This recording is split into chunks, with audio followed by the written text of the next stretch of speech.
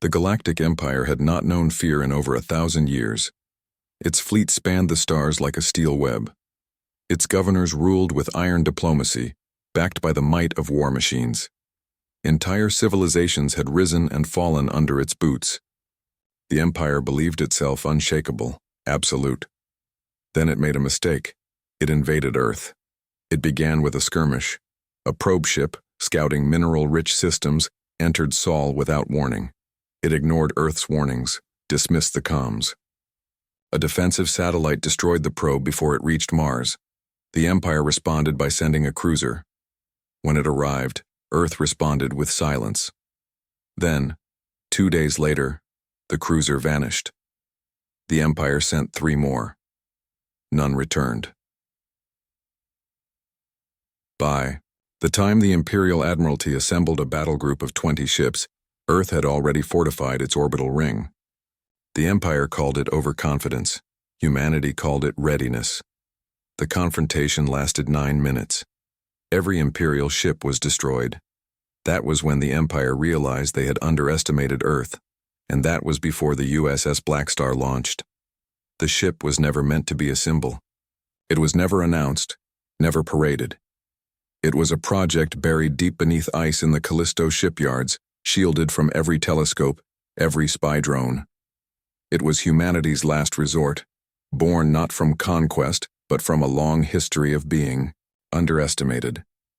When news of the destroyed battle group reached the core worlds, the Empress herself authorized a full-scale assault.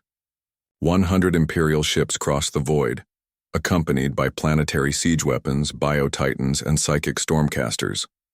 This was no longer retaliation. This was an example, but Earth did not panic. Instead, Earth deployed the USS Blackstar. It emerged from behind Jupiter's shadow like a myth carved from metal. Over 3 kilometers in length, the ship was less a vessel and more a continent armed to the teeth. Its hull shimmered with adaptive armor, alive with pulse patterns that deflected scanners. Energy collectors along its spine hummed with the light of captured stars. Its engines were silent, but space itself bent behind it.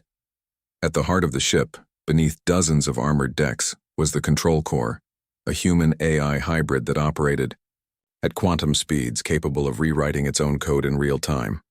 The crew was minimal: a captain, a few strategists, and a dozen engineers. The rest was automated efficiency. As the Blackstar moved into range of the Imperial fleet, sensors across the galaxy screamed. Even the Empire paused. The ships of the core worlds had fought rebellions, shattered moons, wiped continents. But they had never seen this. The Empire's Grand Admiral stationed aboard the dreadnought Vigilance issued one command: destroy it. It was the last order he would give. The Blackstar did not fire first. Instead, it deployed what looked like a swarm of micro-drones that danced between enemy ships. They didn't explode. They didn't attack. They mapped, analyzed, and reported back. By the time the first Imperial ship fired, the Blackstar had already calculated their tactics. Its counterattack came swiftly. A single beam lanced from its side, not light, but compressed gravity. The beam struck the Vigilance, crushing it into itself until it blinked out of existence. One moment a dreadnought, the next, a pebble of neutronium. The Imperial fleet panicked. They scrambled formations, activated shields, and unleashed every weapon they had. The Blackstar vanished. No warp signature, no signal. Then it reappeared behind the fleet. One after another, ships fell.